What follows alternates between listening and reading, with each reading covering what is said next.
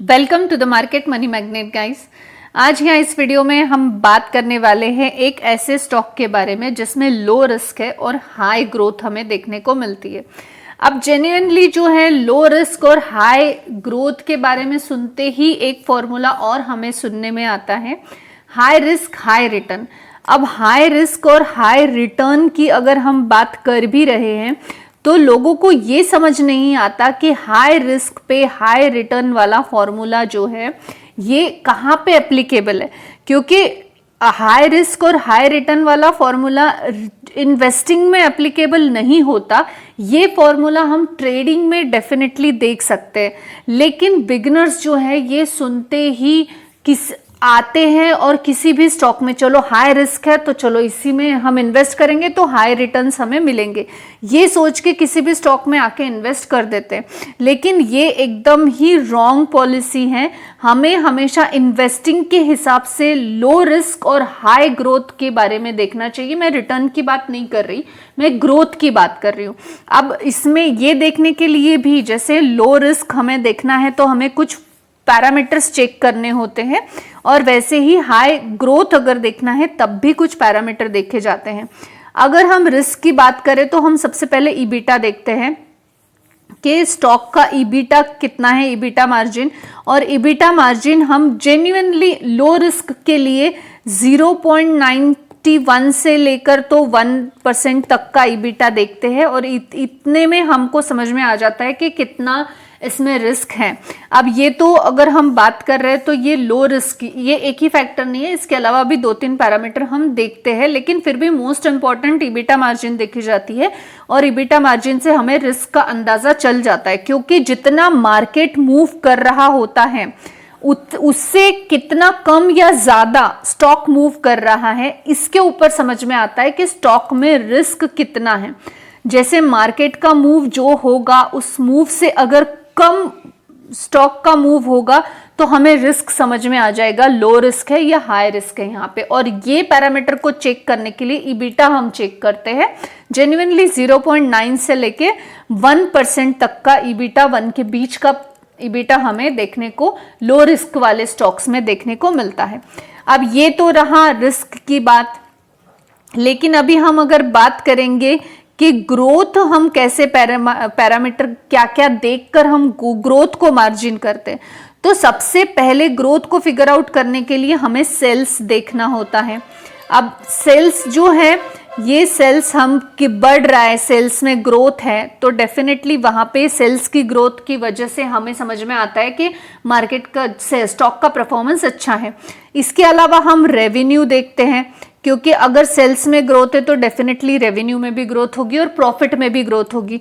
अब ये हम कितना देखेंगे रेवेन्यू, तो हम 5 साल का रेवेन्यू देखेंगे। 5 साल का रेवेन्यू वो भी 10% से ज्यादा होना चाहिए रेवेन्यू ग्रोथ, तो फिर वो स्टॉक को हम एक ग्रोथ स्टॉक कंसिडर कर सकते हैं। इसके अलावा अगर हमें ग्रोथ को मार्जिन करना है, फिगर आउट करना है, तो हम ईपीएस को भी देखते हैं, अर्निंग पर शेयर को। अर्निंग पर शेयर जो ग्रोथ है ये भी हम 5 इयर्स का कंसिडर करेंगे, और ये कम से कम 25% से मिनिमम ज्यादा होना चाहिए अर्निंग पर शेयर, तो वो स्टॉक को भी हम कंसिडर कर सकते हैं कि ये एक हाई ग्रोथ वाला स्टॉक है, बशर्ते ईबीटा उसका लो होना चाहिए, यानी लो मार्जिन और हाई ग्रोथ वाला स्टॉक ये है।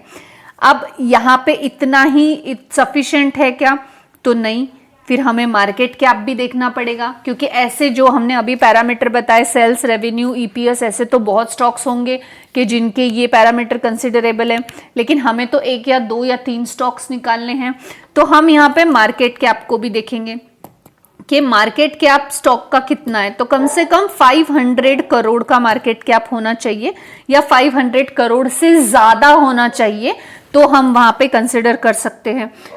मार्केट कैप कंसिडर करने के बाद भी हमें स्टॉक्स में क्या हमें मिल जाएगा एक स्टॉक जिसमें लो रिस्क और हाई ग्रोथ होगी?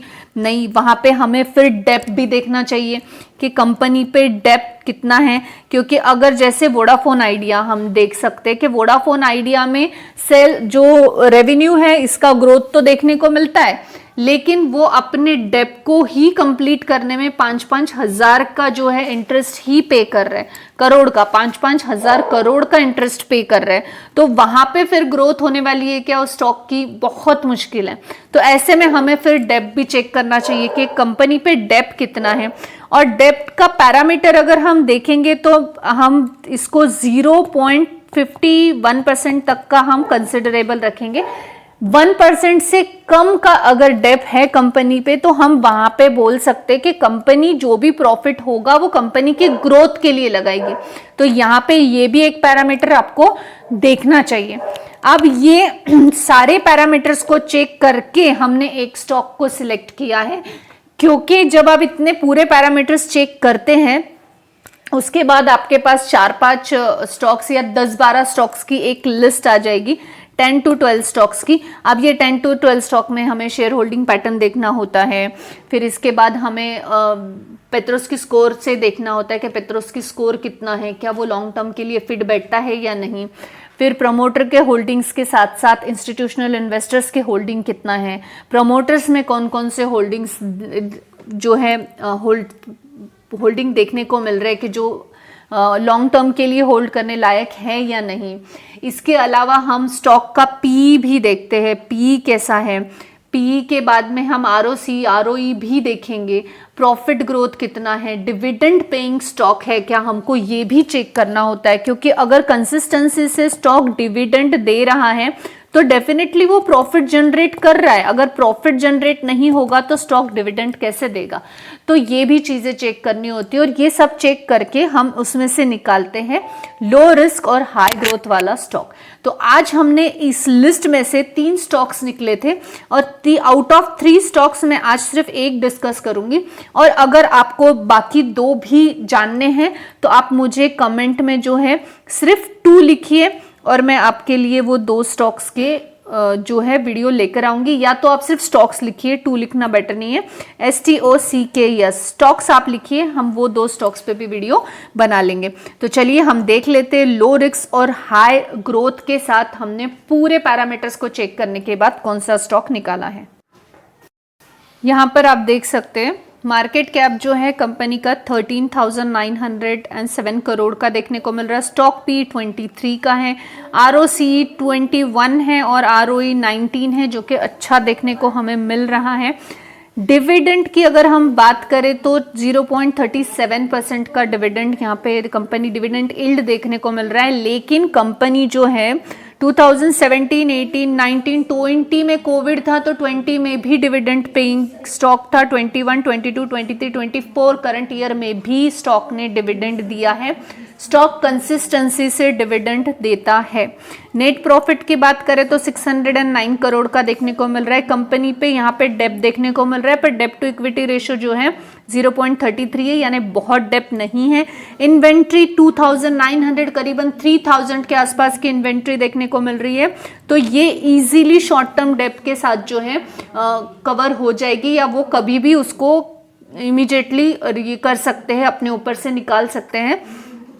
लेकिन कंपनी 800 का शॉर्ट टर्म डेप है इन पे और इन्वेंट्री मोर देन 2000 करोड़ की यहाँ पे देखने को मिल रही है। तो ये बढ़िया बात है कि हम डेप एक बार वर्चुअली डेप फ्री कंपनी इसको कंसिडर कर सकते हैं। करंट असेट 4000 करोड़ के हैं।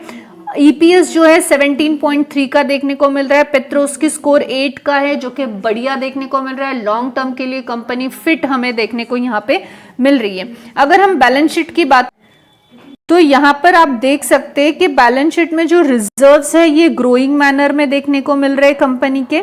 बोरोइंग डेफिनेटली है, लेकिन बोरोइंग फ्लक्चुएट है, कभी कम हो रहा है कभी बढ़ रहा है, लेकिन फिर भी कंपैरेटिवली मार्च 2023 के कंपैरिजन में सितंबर 2024 में बोरोइंग कम हुआ है। कंपनी कंसिस्टेंसी से बोरोइंग कम करने की कोशिश डेफिनेटली कर रही है। प्रॉफिट एंड लॉस अकाउंट की बात करें तो सेल्स आप देख सकते हैं बहुत ही बेहतरीन तरीके से बढ़ रहे हैं। जैसे कि मैंने आपको कहा, एक ग्रोथ वाला स्टॉक अगर आपको सर्च करना है तो आपको सेल्स ग्रो होने चाहिए, वो देखना चाहिए, और रेवेन्यू भी वहां पे पता चल जाएगा फिर आपको कि ग्रोइंग मैनर में है या नहीं। एक्सपेंसेस डेफिनेटली बढ़ेंगे, अगर कंपनी ग्रोथ करेगी तो एक्सपेंसेस बढ़ने ही वाले हैं। नेट प्रॉफिट की बात करेंगे तो नेट प्रॉफिट भी आप देख सकते हैं बहुत ही शानदार तरीके से कंपनी बढ़ रही है, नेट प्रॉफिट बढ़ा रही है। यानी नेट प्रॉफिट बढ़ रहा है तो ऑब्वियस से अर्निंग पर शेयर भी यहाँ पे बढ़ता हुआ देखने को मिलता है कंपनी का। और अगर 5 सालों की अगर हम बात करें, जैसे कि मैंने आपको कहा था 5 सालों का रेवेन्यू या आपको 5 सालों का प्रॉफिट ग्रोथ देखना चाहिए, तो आप यहाँ पे देख सकते कि यहाँ पे जो है 5 सालों का अगर सेल्स ग्रोथ देखेंगे तो 15% है और प्रॉफिट ग्रोथ देखेंगे कंपाउंडेड तो 36% है। तो 5 सालों में आप यहाँ पे देख सकते हैं सेल्स भी ग्रोथ भी बढ़िया है और प्रॉफिट ग्रोथ भी बढ़िया देखने को मिल रही है। अब अगर यहाँ पे हम शेयर होल्डिंग पैटर्न की बात करें तो आप यहाँ पे देख सकते हैं कि शेयर होल्डिंग पैटर्न में जो है प्रमोटर का होल्डिंग 51% है, जो कि कंसिस्टेंसी से बहुत टाइम से उतना ही है। मार्च 2022 में स्लाइटली कम हुआ था, लेकिन तब एफआईएस का होल्डिंग यहाँ पे बढ़ गया था। आप यहाँ पे देख सकते हैं मार्च 2022 में 56% था और एफआईएस यहाँ पे 5% थे, जो कि बढ़ गए हैं और अब एफआईएस का होल्डिंग 0.3% है और डीआईएस 5.76% है। डीआईएस भी अपना होल्डिंग बढ़ा रही है और एफआईएस भी स्टॉक में अपना होल्डिंग बढ़ा रही है। पब्लिक जो है ये 35% के आसपास देखने को मिल रही है। अब यहाँ पे कंपनी के हमने सारे फैक्टर्स तो देखे, फंडामेंटल्स देखे कि बहुत ही ग्रोइंग स्टॉक है और रिस्क इसमें एकदम से लो देखने को मिल रहा है, तो डेफिनेटली हम इसको अपने वॉच लिस्ट में रख सकते हैं। यहाँ पे किसी भी तरह का मैं रिकमेंडेशन नहीं दे रही हूँ, आपको भी अपना एनालिसिस करना है और अपने वॉच लिस्ट में डेफिनेटली स्टॉक को रखना है। अब ये स्टॉक है कौन सा? ये स्टॉक है एलटी फूड लिमिटेड। अब एलटी फूड लिमिटेड जो है आप यहाँ पे देख सकते हैं कि इसका अगर आप ऑल टाइम चार्ट देखेंगे तो आपको ऑल टाइम चार्ट में देखने को मिलेगा कि मोर देन 8000% के रिटर्न्स इसने बना के दिए हैं और इसका चार्ट जो है वो भी शानदार तरीके से अपवर्ड मूवमेंट में देखने को मिलता है। यही अगर आप 5 साल के रिटर्न्स इसके देखेंगे तो 5 साल में भी ये 1500% से ज्यादा के रिटर्न्स बनाकर ऑलरेडी दे चुका है। अब ये रिटर्न्स उनको मिले होंगे जिन्होंने कंसिस्टेंसी से होल्ड करके रखा है। जो इन्वेस्टर्स में पेशेंस नहीं है वो लोगों को डेफिनेटली कोई भी खास रिटर्न किसी भी स्टॉक में बन के नहीं मिलेंगे। और मिनिमम 1 साल के रिटर्न्स की आप अगर बात करेंगे तो 95% से ज्यादा के रिटर्न्स एफडी की तो कंपैरिजन भी नहीं होती। यहाँ पे इतने ज्यादा रिटर्न्स इसने बनाकर दे दिए हैं।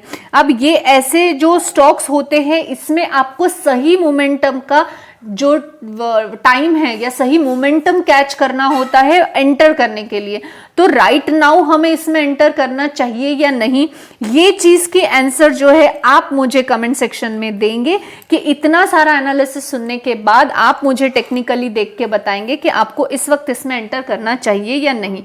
अगर आप इसका आंसर नहीं दे पाएंगे तो डेफिनेटली हम इसका आंसर दे देंगे आपको, लेकिन अगर आप दे पाएंगे तो मुझे बहुत खुशी होगी कि आपको सारा एनालिसिस जो है अच्छे से समझ आता है। आई होप गाइज आपको इंफॉर्मेटिव लगी होगी। Thanks for watching.